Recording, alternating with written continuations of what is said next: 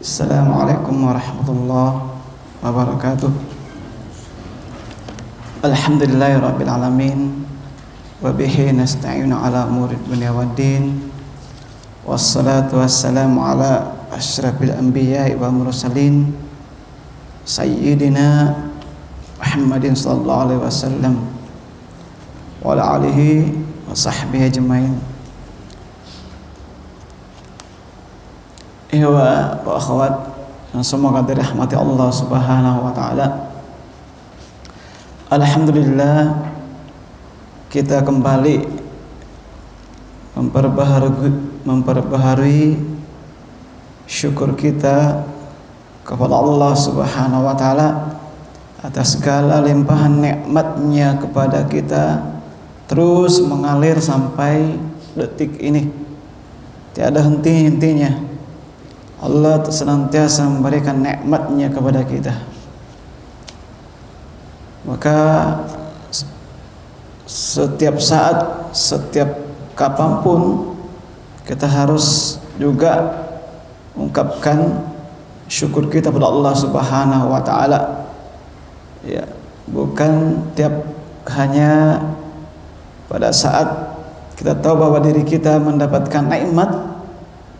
Bukan demikian jemaah sekalian, karena nikmat itu terus menerus, tidak pernah putus. Ya, maka setiap saat juga harus kita bersyukur kepada Allah Subhanahu wa taala. Demikian juga tak lupa kita kirimkan salawat serta salam kepada junjungan kita Nabiullah Muhammad sallallahu alaihi wasallam beserta seluruh keluarga dan sahabat beliau, serta orang-orang yang mengikuti beliau dengan baik sampai hari kiamat. Thayyib, jemaah sekalian yang semoga dirahmati Allah Subhanahu wa taala. Pada kesempatan ini insyaallah kita lanjutkan pelajaran kita kembali, yang mana materi hari ini yaitu apa lagi? Beragama sesuai berdasar dalil, bukan berdasar selera. Ya, ini sangat menarik kita bahas dan juga cukup berat untuk bagi kita semuanya, karena harus menundukkan selera kemauan kita pribadi.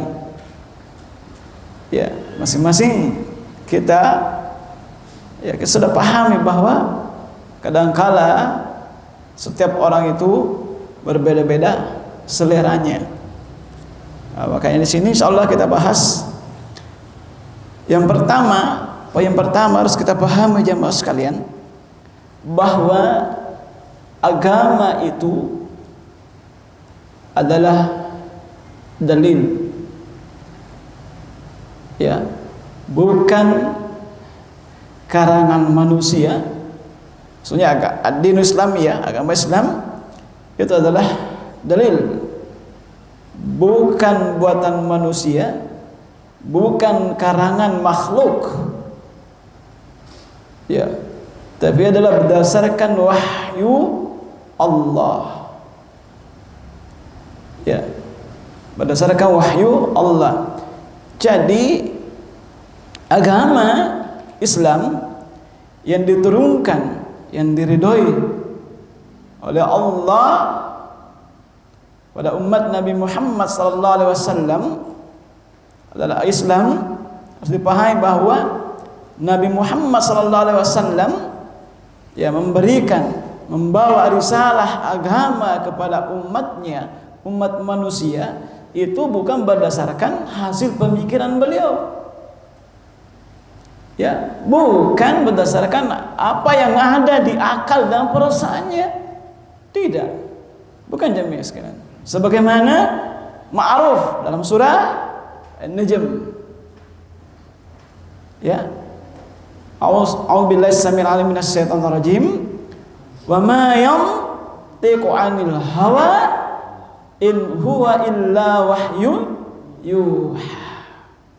Dan tidaklah dia Muhammad, ya, berucap, berkata menurut hawa nafsunya, menurut seleranya, keinginannya.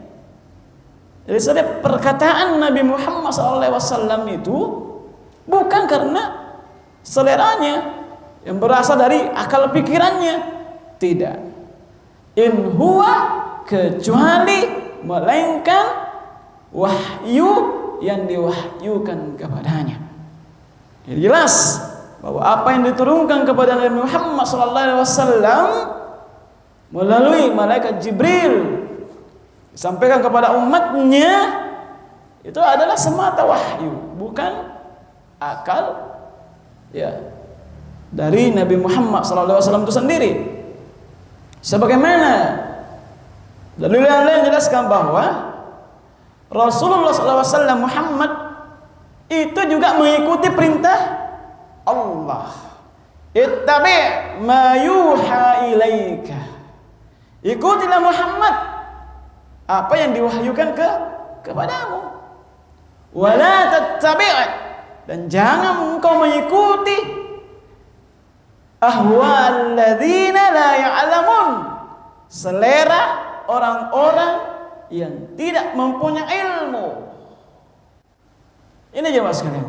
Jadi Nabi Muhammad SAW disuruh juga mengikuti wahyu yang diwahyukan kepadanya. Jadi jelas ini bahwa poin pertama harus dipahami bahwa agama Islam itu adalah dalil, wahyu, bukan akal, bukan perasaan, bukan hasil pemikiran, tapi wahyu. Yang pertama jemaah sekalian ya, kita lihat sejarah bahwa siapa yang membawa berhala pertama kali ke Jazirah Arab? Amr bin Luhai al-Khuzai. Antum pernah baca kan? Pernah? Atau belum? Pernah? Atau lupa? Hah? Ya? Ketika dia berdagang kemana? Ke Syam. Dia melihat apa? Orang beribadah kepada berhala, dan dia apa yang terlintas di pikirannya, di benaknya? Jelas kan? Ya. Dia menurut anggapannya apa?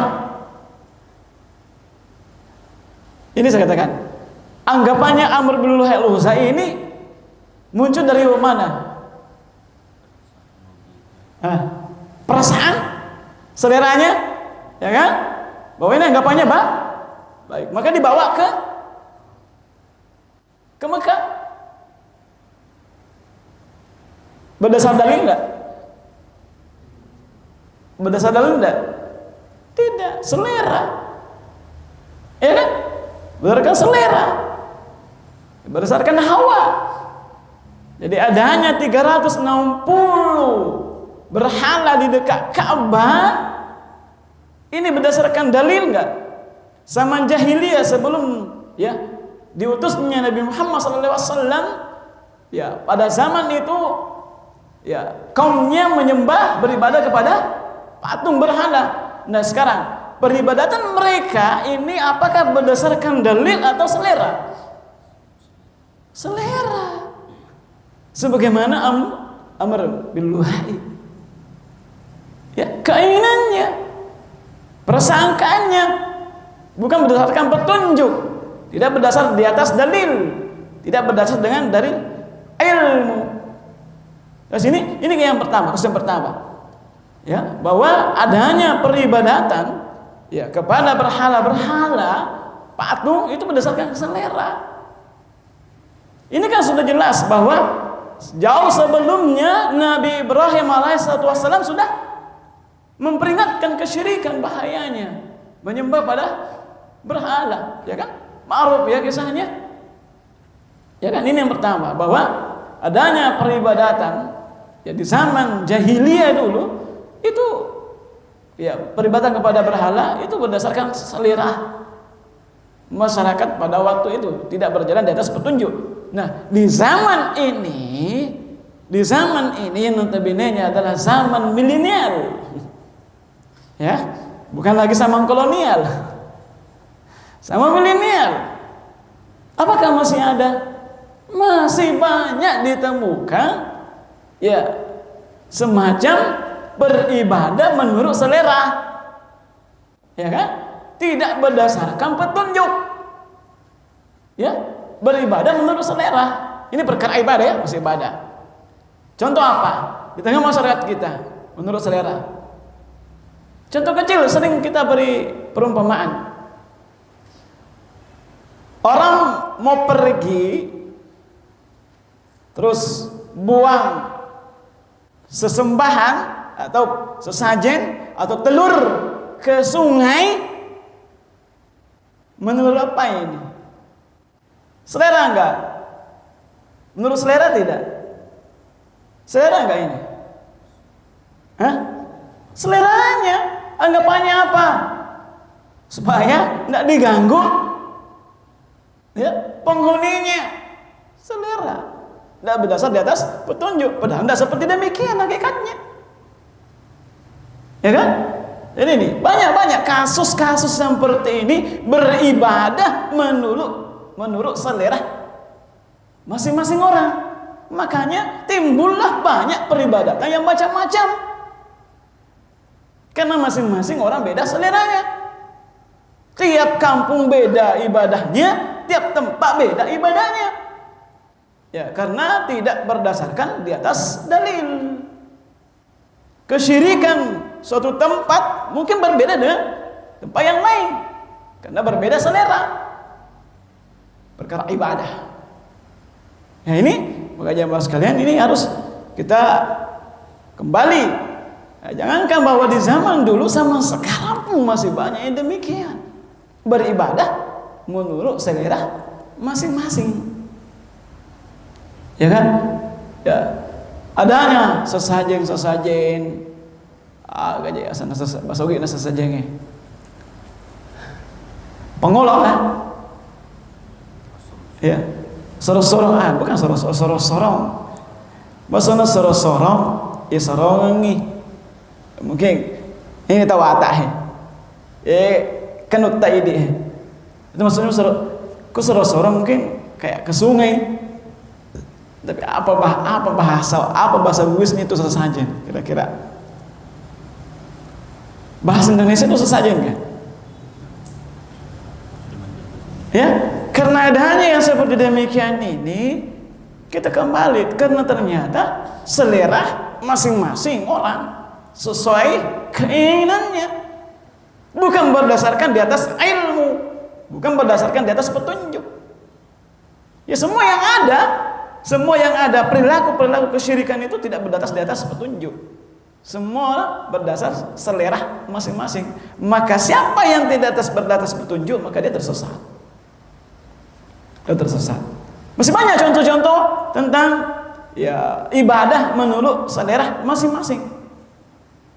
Tentang perkara tauhid, kesyirikan. Ada yang bisa beri contoh? Ada yang bisa beri contoh? Banyak. Perkara syirik dulu. Di tengah masyarakat masih banyak.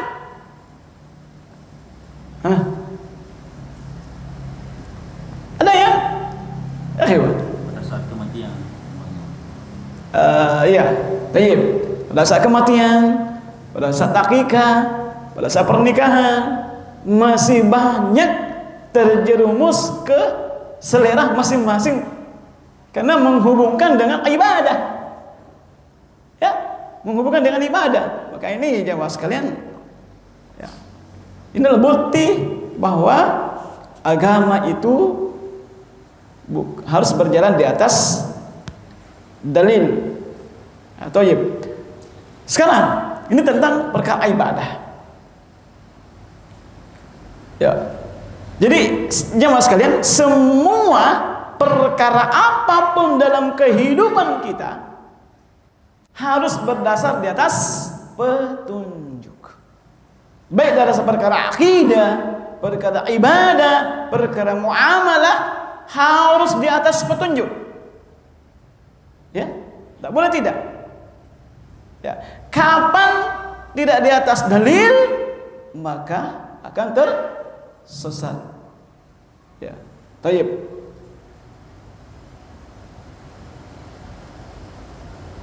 Nah, ini jemaah sekalian,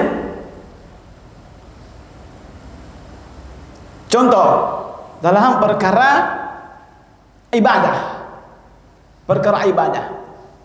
hadis ma'ruf dari Rasulullah SAW, 3 seorang sahabat,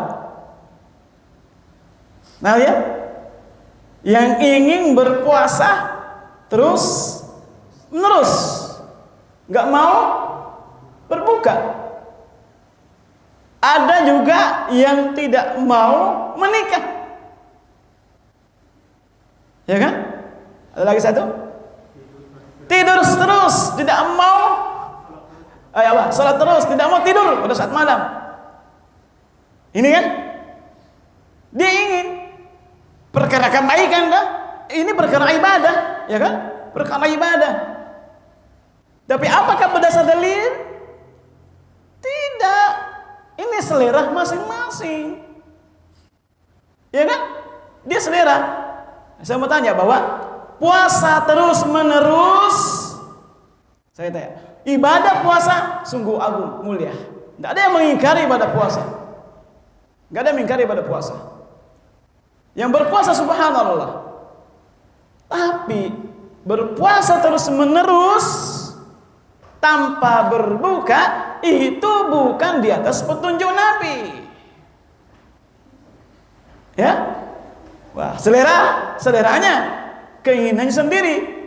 Ya, menikah padahal mampu, ya, tidak mau menikah, ya, tidak mau menikah padahal dia mampu.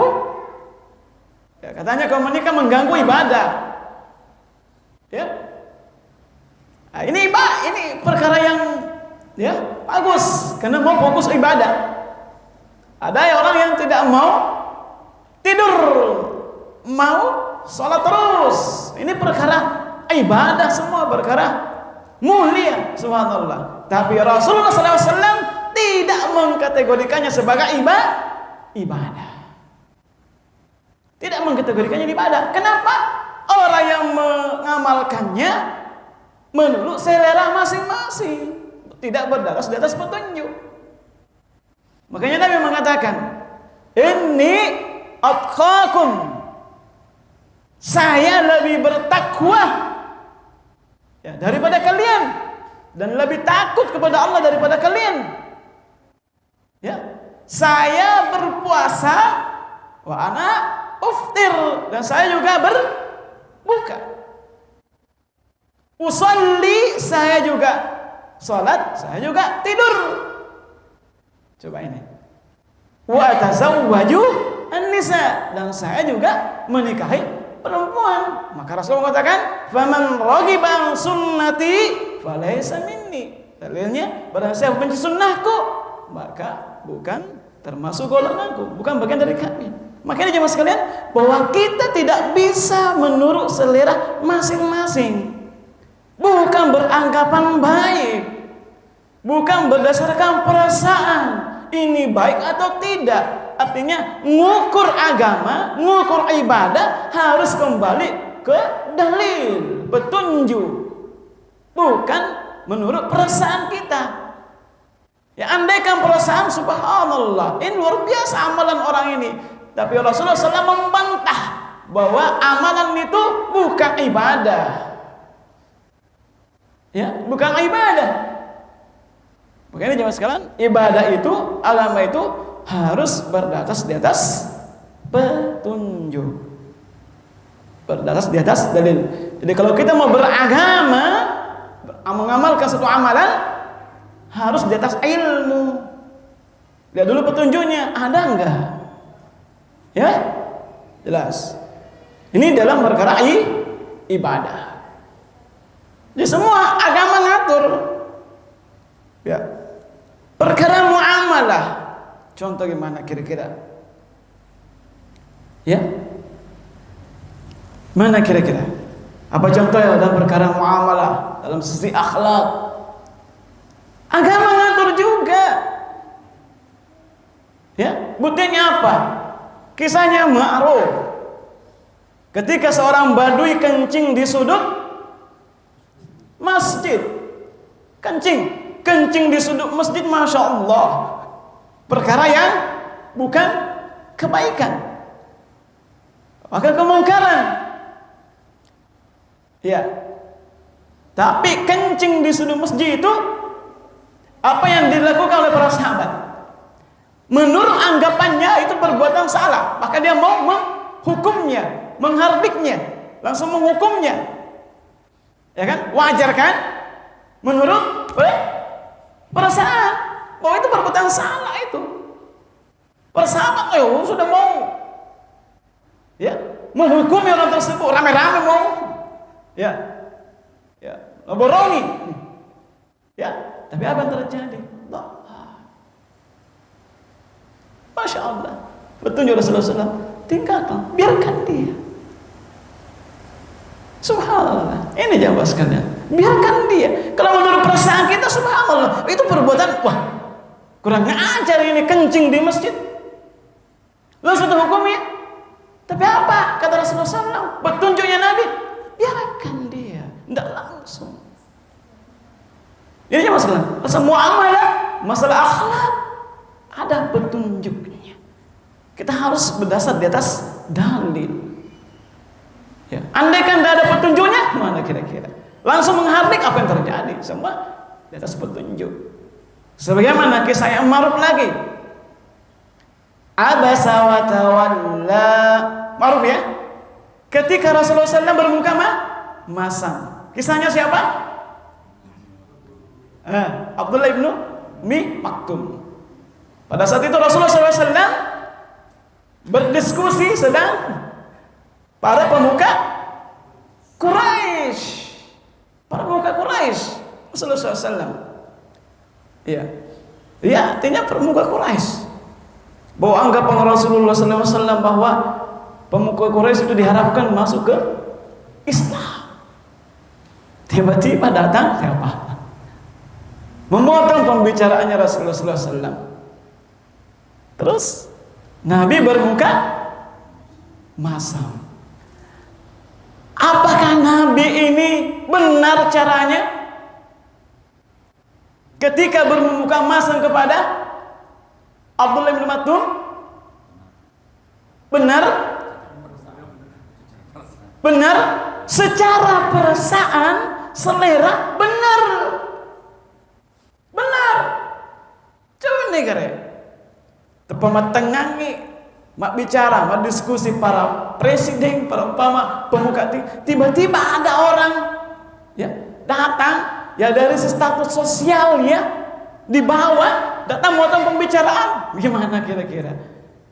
Ya, mungkin kalau masih bermuka masam masih mending, tapi kalau sudah menghardik, mengusir, itu sudah itu sudah wajar kan dari sisi perasaan, selera. Tapi Rasulullah SAW ditegur oleh Allah. Pahami? Ini dari sisi akhlak, muamalah. Ditegur oleh Allah. Salah, tidak begitu. Pahami ini jamaah sekalian? Jadi ini beragama harus di atas dalil, di atas petunjuk. Makanya jamaah sekalian, siapapun di antara kita beragama tidak di atas petunjuk, maka dia akan banyak tersesatnya, banyak kesalahannya, banyak menimbulkan kemungkaran-kemungkaran.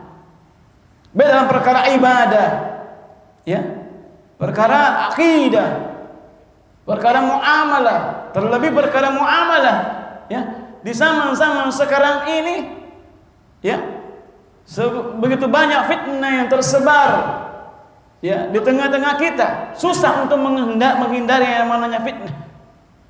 Ya, kalau kita tidak berbicara, ya, kalau kita tidak berdasarkan di atas dalil, maka kita akan banyak kesalahan-kesalahan kita yang akan dapatkan. Ya, kalau hanya berdasarkan apa? Selera, berdasarkan keinginan, berdasarkan hawa, maka banyak kan tersesatnya.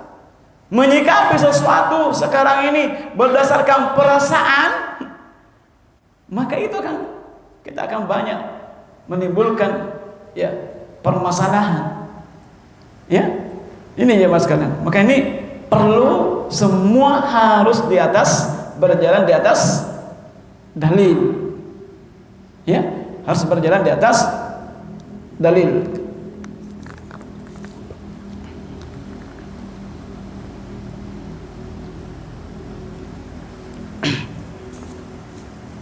Baik. Maka terkhusus di zaman sekarang ini kita lebih butuh kepada ilmu. Ya, kita tidak sembarangan bersikap, tidak sembarangan menentukan ya sikap dan perasaan kita. Tidak, kita harus kembalikan kepada dalil. Sebagaimana tadi kisahnya ya seorang Arab Badui yang masuk ke dalam masjid, kencing di sujud masjid. Kalau kita pakai perasaan, tentu sudah akan menimbulkan banyak permasalahan. Paham ya? Tentu akan menimbulkan banyak permasalahan. Apa menimbulkan banyak permasalahan? Belum selesai kencingnya, udah tersebar, dihardik, dihukumi, udah terjerat pada kencingnya. Ya, ini jemaah sekalian. Maka ini subhanallah indahnya Islam. Semua diatur. Ya, semua diatur. Makanya ketika dia datang kepada Rasulullah sallallahu alaihi wasallam, apa yang dilakukan Rasulullah sallallahu alaihi wasallam kepada orang Badui tersebut? Apakah memarahinya? Padahal dia sejelas-jelas salah. Apakah dimarahi dia? Ya, mas sekalian, ini bisa dikiaskan dalam kehidupan sehari-hari, muamalah, dalam kehidupan berkeluarga, ya, bisa diamalkan, bisa dikiaskan. Apakah Rasulullah memarahi orang yang kencing di sudut masjid itu? Tidak dimarahi. Nah, ketika kita mendapati seseorang atau bahkan keluarga kita, anak kita sendiri melakukan suatu amalan yang menurut perasaan kita atau bahkan menurut agama itu melanggar, bagaimana sikap kita? Hah? Langsung dimarahi? Coba lihat petunjuknya Nabi Muhammad SAW. Ajarkan, didik, jangan langsung hardik, karena langsung hardik pembunuhan karakter. Ya, pembunuhan karakter langsung hardik. Nabi mengatakan bahwa masjid itu tempat apa? Beribadah, zikir, qiraatul Quran, salat dan seterusnya. Tidak marahi dia, ya kan? Terus apa yang dia katakan orang ini? Rahmati Muhammad, jangan yang lainnya. Kenapa? Yang lain menyalahkan dia, menghardik dia, ya kan? Menghardik dia. Subhanallah, ini jemaah sekalian. Ini petunjuk Rasulullah SAW dalam menghadapi persoalan. Ya, ini petunjuk, ini dalil. Bisa dikiaskan persoalan apapun. Ya, kisahnya banyak ya. Banyak kisah-kisah yang ma'ruf ya dalam kehidupan sehari-hari, ya, yang bisa dijadikan ibrah, pelajaran, ya, dalam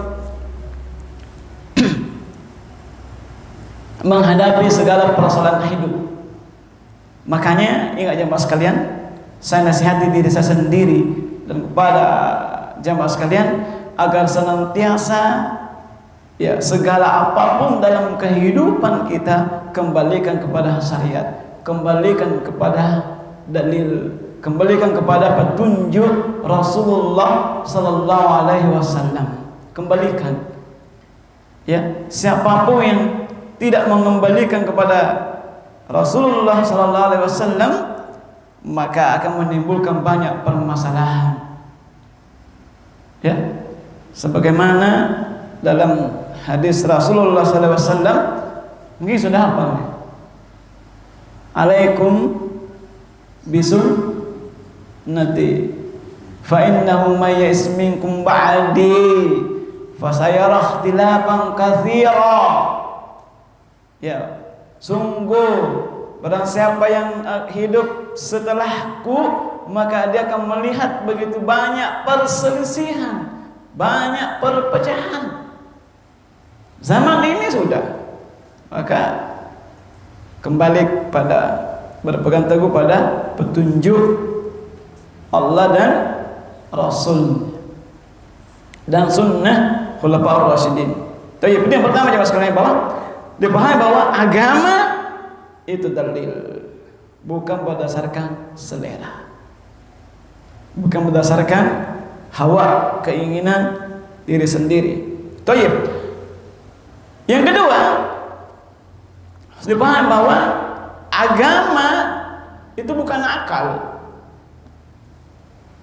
Bukan akal ya, agama. Ya. Agama bukan akal. Bukan berdasarkan lahir dari akal. Ya. Tapi ini jemaah sekalian, kaidah harus dipahami bahwa akal yang lurus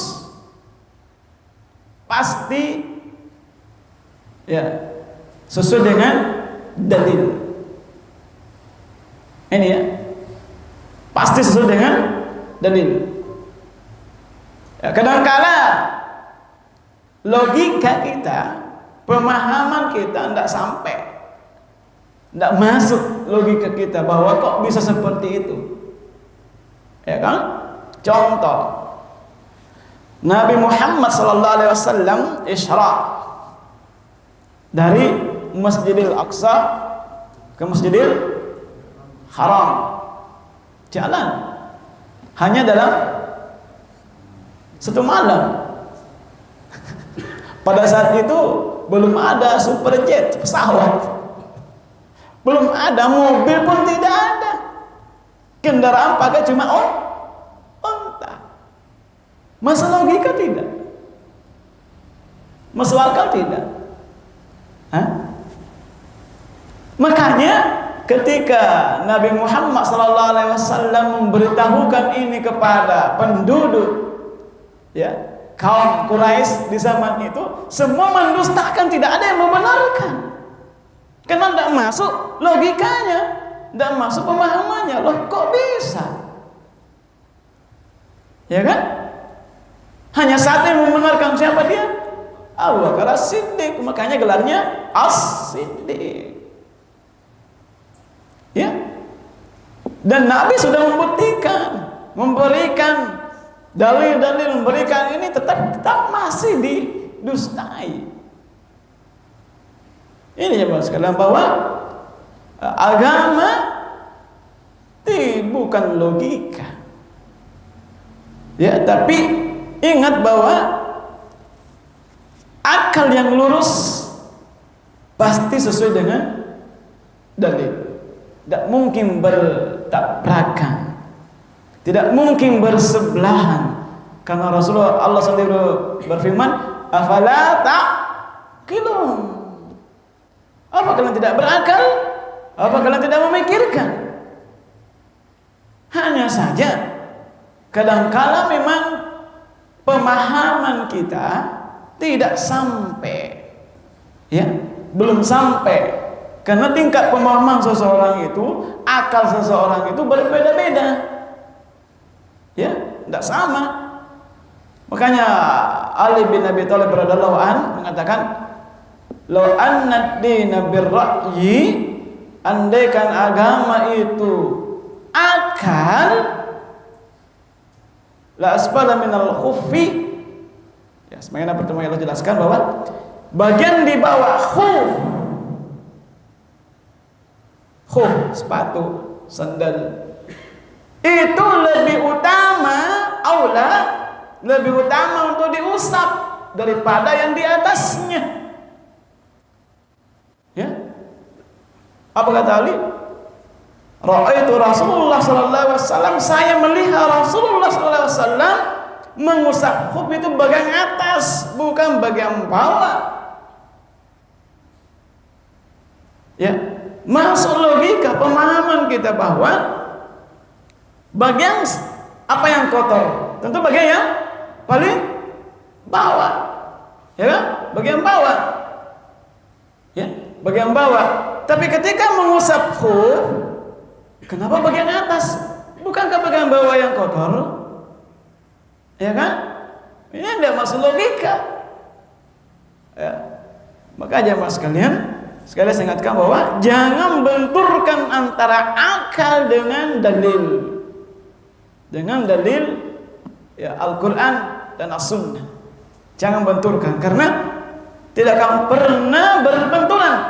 Lau kana indillahi, artinya Al-Quran ini, andai kan Al-Quran itu bukan dari Allah, lawajadu fi ikhtilafan katsira.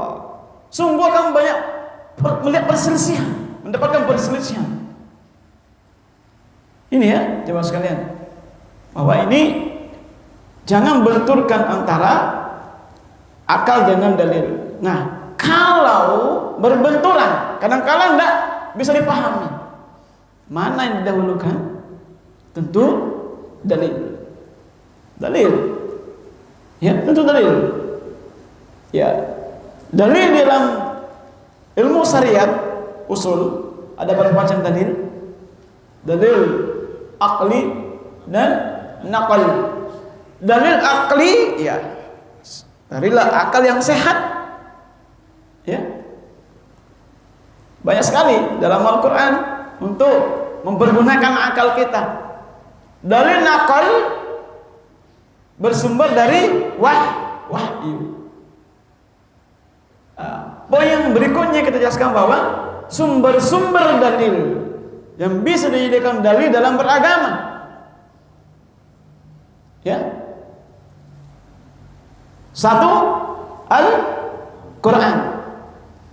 Sebenarnya dalam usul fikih itu ada beberapa, ada 4 yang sepakat, kebanyakan sepakat dalam sumber dalil. Tapi masih banyak ini mereka mendapatkan perselisihkan dalam sumber dalil. Yang pertama adalah Al-Quran. Al-Quran ini adalah rujukan pertama dalam, ya, menentukan sebuah, ya, apakah amalan kita berdasar di atas petunjuk atau tidak.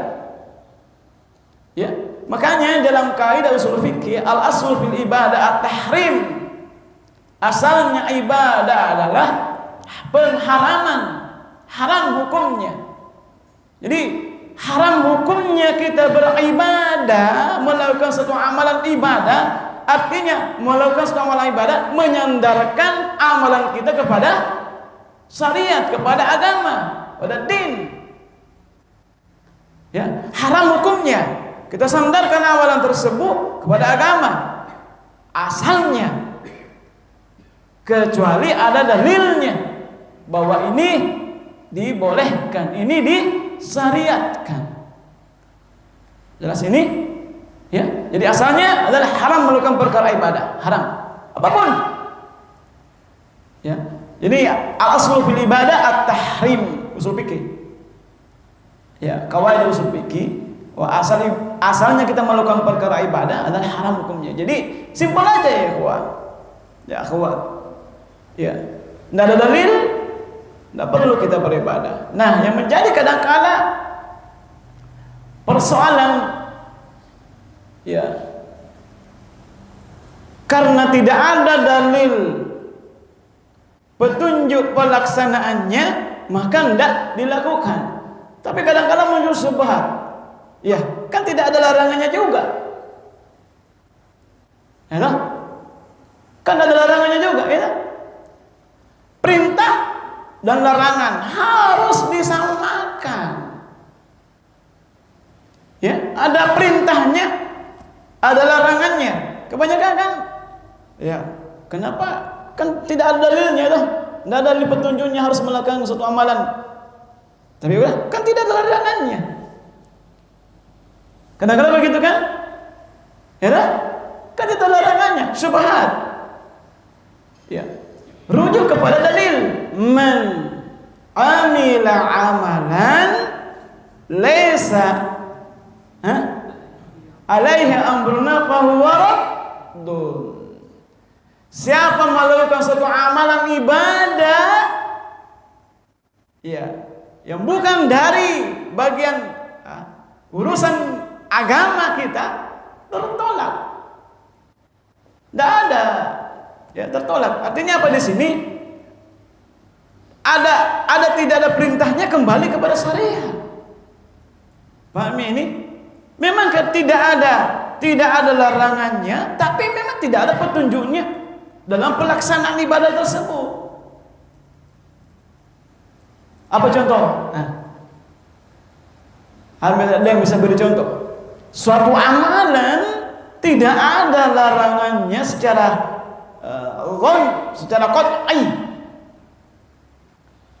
Ya? Ada? Tidak ada juga petunjuknya. Ada yang bisa beri contoh amalan? Tidak ada. Itu bukan ibadah. Tidak bagaikan ibadah. Apa? Hah? Terlalu masih jauh.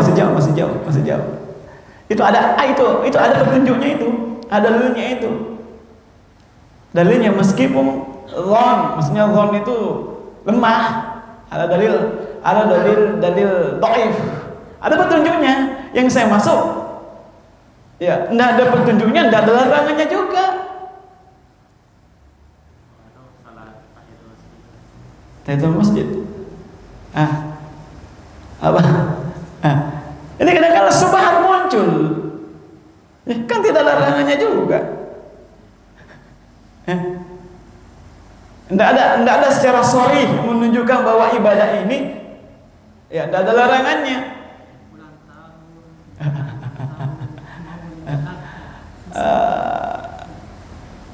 Kalau yang demikian butuh penjelasan lebih. Maksudnya amalan-amalan ibadah ini.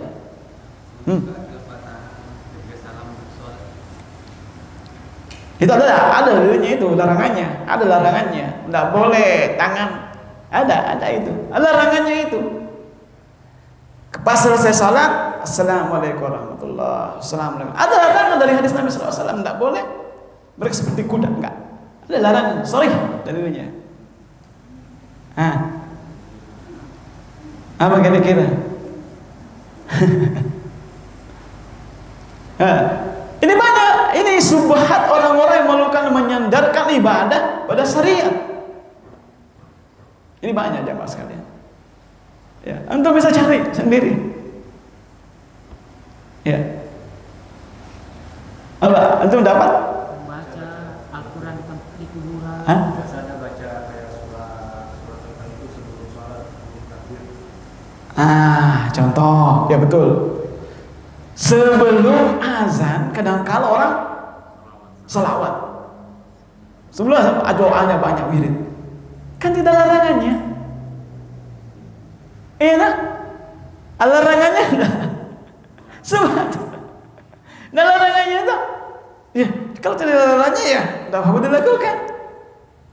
Bagaimana cara membantahnya? Seperti demikian. Azan adalah ibadah. Ya, azan adalah ibadah. Ya, cukup dalil sallallahu alaihi wasallam, sallu kama ra'aitumuni usalli. Salatlah engkau sebagaimana engkau melihat saya salat. Bisa kiaskan kepada ibadah yang lain bahwa seluruh perkara ibadah harus berdasarkan petunjuk dari Rasulullah SAW. Bagaimana dia melakukannya, mengamalkannya, ya kan? Ya, kita berhenti ketika dalil tidak ada yang menjelaskan. Bagaimana Rasulullah SAW perkaranya prakteknya ibadah, tentang sholat, tentang azan. Apakah ada wirid tertentu setelah sebelum azan baca ini, baca ini? Tidak ada didapatkan. Meskipun tidak ada petunjuk larangannya, ya saya katakan tadi bahwa kita berhenti ketika tidak ada dalil. Pahami? Dari sini, ya itu contoh kecil, dan bisa dikiaskan kepada amalan-amalan yang lain. Ya, tapi ini ya perkara Al-Quran dan As-Sunnah ini merupakan merujukan yang paling utama dari sisi dalil. Ya, kalau tidak ada dalilnya dalam Al-Quran, kita ke Sunnah Rasulullah SAW. Contoh tentang pacaran, umpama pacaran. Apa dalilnya dalam Al-Quran? Enggak? Apa dalilnya dalam Al-Quran? Enggak? Haramnya pacaran. Islam mengharamkan pacaran. Ada dalam Al-Quran tidak? Tentang pacaran. Ada tidak? Secara langsung di situ katakan pacaran haram. Dalam hadis pacaran haram? Tidak ada. Tapi yang jelas secara sudah terlarang dengan ayat la taqrabu az-zina. Jangan mendekati si zina. Bukan ayat tidak mengatakan jangan berbuat zina. Jelas ini pahami? Jangan berbuat zina, tapi Allah berfirman la taqrabuz zina. Jadi segala sesuatu yang mendekatkan kepada perzinahan haram hukumnya. Jelas ini? Zina sudah jelas haram hukumnya. Jelas ya? Jadi segala sesuatu yang mendekatkan perzinahan haram hukumnya. Pacaran pasti mendekatkan pada perzinahan. Ya kan? Di mana lahir zina kalau bukan lewat pacaran? Ya kan? Jelas dah? Begini aja bahas sekalian ini. Maka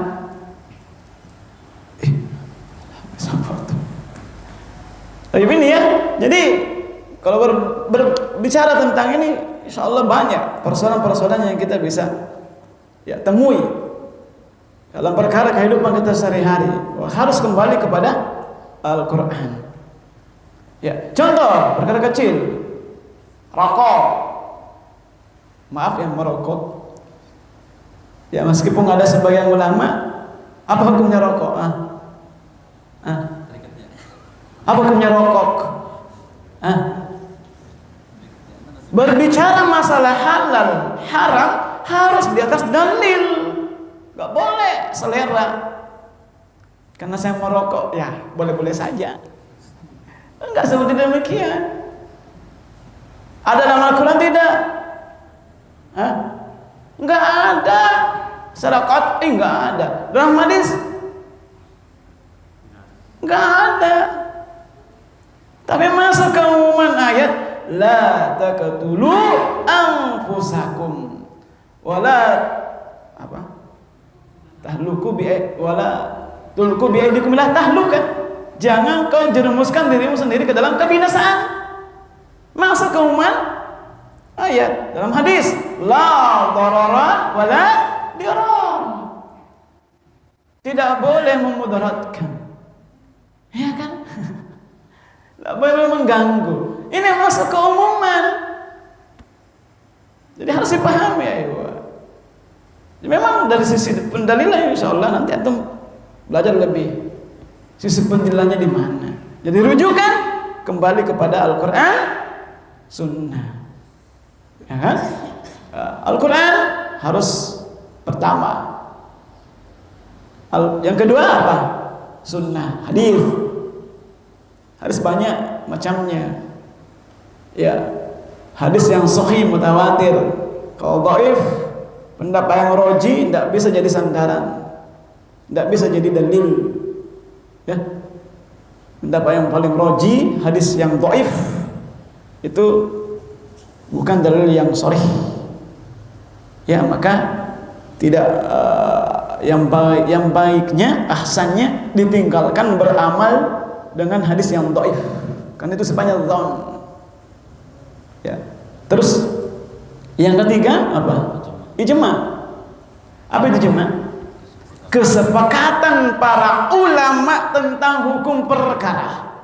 Contoh, ijma haramnya rokok. Ini itu perkara kontemporer. Saya mau tanya, ulama sekarang masalah kontemporer tentang riba, apakah ribanya bunga bank itu apa gitu jema? Ya, ada ulama yang bolehkan juga. Ya, iya kan? Ya mas ini sholat wajib ijma kan, sepakat. Zina haram, sepakat ulama. La tajtami ummati ala dhalal, sebagaimana ada Rasulullah SAW. Ya, tidak mungkin ya umat berkumpul untuk sesuatu yang sesat. Ya, jadi kalau ijma itu kalau ada kesepakatan ulama, maka itulah jadi dalil. Bisa rujukan. Ya, dipahami? Ya, itu dalil. Apa yang masuk jemaah? Ya, haramnya nikah mut'ah, nikah kontrak, itu jemaah ulama, itu ulama sunnah, kecuali Syiah. Bahkan Syiah itu ibadah yang paling agung, nikah kontrak. Ini banyak yang menggoloti umat ini, terutama kaum mudanya. Ya, nikah kontrak 1 jam selesai ya, itu jemaah haram hukumnya. Itu ya, pahami? Sekilas saja. Yang keempat, kalau tidak ada jemaah, pakai kias. Apa kias? Logika. Mengkiaskan. Tapi ini kias setelah kita tempuh harus mencocoki dengan dalil juga. Tidak boleh. Berarti lahirlah ijtihad. Pahami? Ijtihad hasil pemikiran seseorang itu mungkin berbeda-beda sesuai kemampuan keilmuannya. Maka ijtihad itu ya bukan dalil yang qat'i. Ya, bukan dalil yang pasti ijtihad. Ya, maka masing-masing ulama beda ijtihadnya. Jelas ini? Seperti ijtihadnya para imam mazhab beda-beda kan? Maka dalam beragama tidak boleh kita mengatakan berdalil dengan perkataan Syekh fulan. Tidak boleh. Ustaz, ya, kiai berdalil dengan perkataan kiai. Tidak boleh berdalil dengan syekh. Seorang ustaz, seorang ulama tidak boleh berdalil. Karena itu perkataan manusia. Ya, kalau ijtihadnya mencocoki dalil, hakikatnya kita ikuti dalil, bukan ulamanya. Jelas ini? Ya, ini secara singkat jamaah sekalian, seringkas dalam memahami berdalil ya. Simpel aja karena itu membutuhkan waktu yang panjang.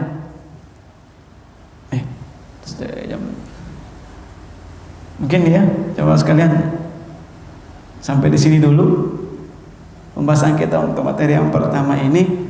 Waktu yang membatasi kita. Jadi jamaah sekalian sebagai kesimpulan untuk ya hari ini, inna dina yusrun. Maksudnya agama itu mudah. Wala yusaddad dina illa qalabahu. Dan tidak ada yang persulit kecuali akan kalah. Maksudnya agama memang mudah, tapi bukan berdasarkan selera. Harus berdasarkan di atas dalil, di atas petunjuk. Kita beramal di atas petunjuk Rasulullah SAW. Ya, thayyib. Mungkin ini jamaah sekalian ya, sempat sampaikan pada materi ini yang mana datangnya dari Allah Subhanahu Wa Taala, yang salah dari saya sendiri dan syaitan. Allah dan Rasul berlepas diri. Ada pertanyaan? Fadhal. Bisa dijelaskan masalah di ada izinnya, misalnya diizinkan, apakah itu haram atau gimana? Demonstrasi, apa definisi dulu demonstrasi? Definisi dulu. Mendemo berarti unjuk rasa, ya kan? Unjuk rasa. Ya, praktek agama kita dalam hal perkara agama, pertemuan yang lalu kita sudah bahas menutup aib seorang muslim. Man satara musliman, ya, sallallahu alaihi fid dunya wal akhirah. Menutup aib itu penting, ya. Kalau rata-rata di demo itu kan aibnya disebut semuanya kan, ini perkara haram hukumnya. Ya, apalagi perkara akidah Ahlussunnah wal Jamaah dalam hal muamalah kepada hukam, kepada pemerintah, ya, itu punya aturan. Ya, tidak boleh kalau ada sesuatu perkara yang dibenci dari pemerintah kita, nasihatinya empat mata, bukan di depan publik. Maka para ulama Ahlussunnah, siapa di antara ada orang yang berkoar-koar mencaci maki pemerintah di tengah publik, maka dia bukan Ahlussunnah. Jelas ini. Itu bukan adab yang baik. Antum sendiri kalau dibuka antum di tengah masyarakat gimana kira-kira? Jangankan di tengah masyarakat, satu saja orang yang tahu aib kita, gimana kira-kira? Apatah lagi pemerintah, seluruh negeri tahu. Ya kan? Maka ini meskipun ada izin pemerintah untuk demo, ya, itu kan tidak boleh, karena perkaranya sudah haram, terlarang lebih dulu, ya, terlarang. Makanya ini perkara demo tidak ada dalam kamus syariat agama kita, tidak ada. Wallahu a'lam bishawab. Wallahu a'lam. Baik. Ada yang lain?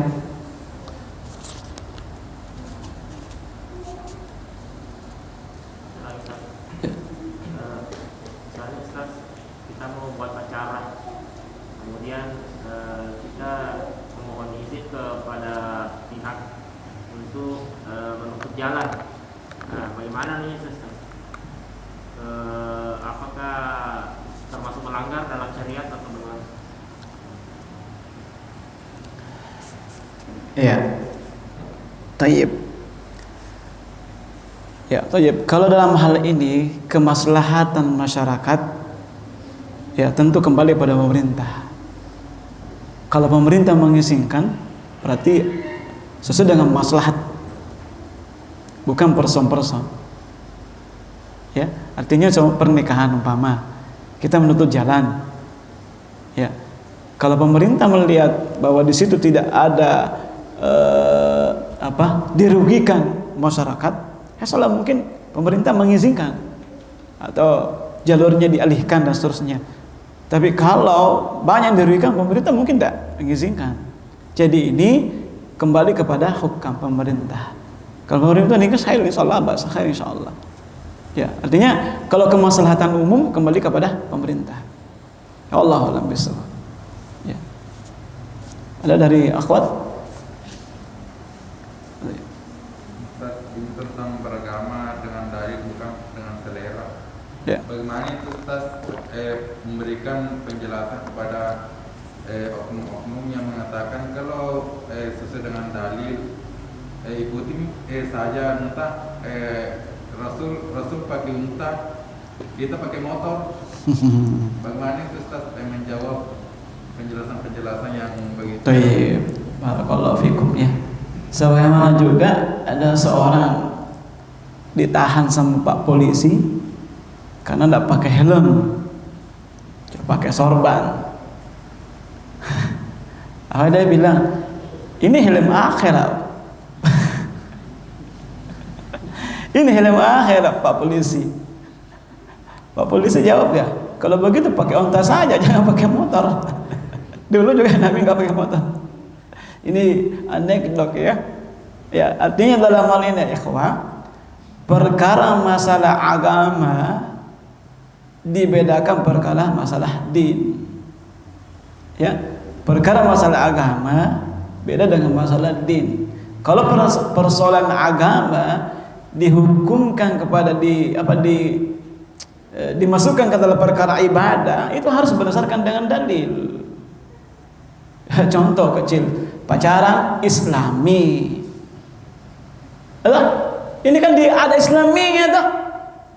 Musik Islami. Jadi dikaitkan dengan ibadah. Maka ini harus didasarkan dengan dalil.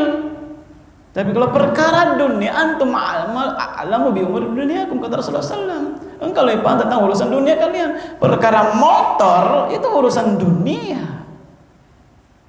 Ini Nabi sendiri, banyak oknum, kebanyakan kita diantara saudara-saudara kita kaum muslimin tidak memahami, tidak bisa memilah antara urusan dunia dan urusan akhirat, urusan din, urusan agama. Tehel ini itu urusan dunia, mikrofon ini itu urusan dunia, tidak ada asalnya. Makanya dalam perkara dunia, kullu asya al-aslu al-asya al-mubah. Hukum asal segala sesuatu mubah, boleh. Saya mau tanya, ini ada hubungannya dengan agama? Dalil tidak. Motor ada hubungannya dengan agama enggak? Itu kan hasil ciptaan manusia, kreasi manusia. Kalau agama bukan kreasi manusia, harus dalil, pahami? Jadi harus dibedakan. Membantahnya yang mana kreasi manusia, yang mana ya agama, wahyu. Ya kalau kreasi manusia tidak ada hubungannya dengan agama, pahami? Apa? Untuk membantahnya apa? Jadi bedakan kreasi manusia dengan perkara wahyu. Ya, wallahu a'lam bishawab. Ya, thayyib. Tentang bertawassul yang dibolehkan, yaitu bertawassul dengan amal soleh. Apakah kita boleh bertawassul dengan cinta kepada Rasulullah SAW? Artinya dengan cinta itu amal soleh, bukan dengan zatnya. Artinya kita bertawassul dengan cintaku kepada Rasulullah, ampunilah aku ya Allah. Bolehkah seperti itu? Wallahu a'lam bishawab. Wallahu a'lam ya. Karena yang sepanjang yang saya dapati dalil itu hanya bertawassul dengan apa yang ada dalilnya, itu berdasarkan dengan dalil perkara ibadah, amal ibadah. Contohnya apa tadi? Contohnya apa? Amal ibadah. Tawassul. Salat malam. Bisa seperti amalan orang yang tertutup di goa, masing-masing bertawassul dengan amalan ibadahnya, ya kan? Tawassul. Kalau bertawassul dengan cinta Rasulullah SAW, memang ada hadis Rasulullah SAW bahwa mengamalkan suatu amalan tidak ada lainnya kecuali cinta saya lupakan hadisnya ini. Akhir hadis dikatakan bahwa ya engkau akan bersama orang yang kau cintai, ya tak? Ya, tapi bertawassul dengan perasaan cinta, wallahu a'lam bishawab. Saya belum bisa menjawab. Wallahu a'lam. Wallahu a'lam. Ya.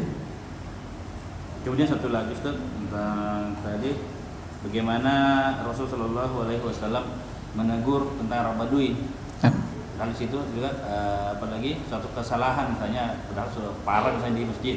Sedangkan di sisi lain pada suatu waktu Rasulullah malah memarahi, misalnya pada saat Usamah ingin membunuh seorang kafir dengan soundnya, jadi hanya ingin melindungi diri dengan mengatakan la ilaha illallah. sama dengan ketika salah seorang sahabat mengimami sholat, memanjangkan sholat yang itu tamuas. marah. Ketika di sini, padahal di sini suatu bisa dianggap kita beralasan. Ya, tayyib. Nah, tayyib ya. Menghukumi seseorang itu kembali kepada basicnya. Orang Arab Badui dan orang Al-Musi'ah Shalah itu orang yang belum terlalu paham agama. Latar belakangnya agamanya masih kurang, dari si adabnya juga masih kurang. Berbeda dengan Muaz, dia paham agama kan, alim, ulama kan, ya. Afattanun ya anta Muaz, kata Rasulullah SAW, apakah engkau mau menjadi fitnah bagi manusia Muaz? Rasulullah menghardik karena memanjangkan bacaan salatnya. Dipahami? Jadi masing-masing itu dibedakan ini bahwa kasusnya beda. Makanya dalam berdakwah demikian jiwa harus tahu latar belakang orang. Ya, dalam menghukumi sesuatu. Ya. Ya.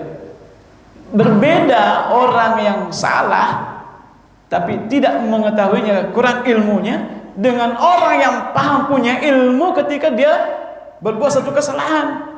Caranya beda menyikapi. Pahami kira-kira? Ya, kalau orang yang paham ilmu harus tegur langsung bahwa ini salah. Dia paham dari sini, dan juga di sisi lain bahwa ada kemaslahatan yang diinginkan di situ.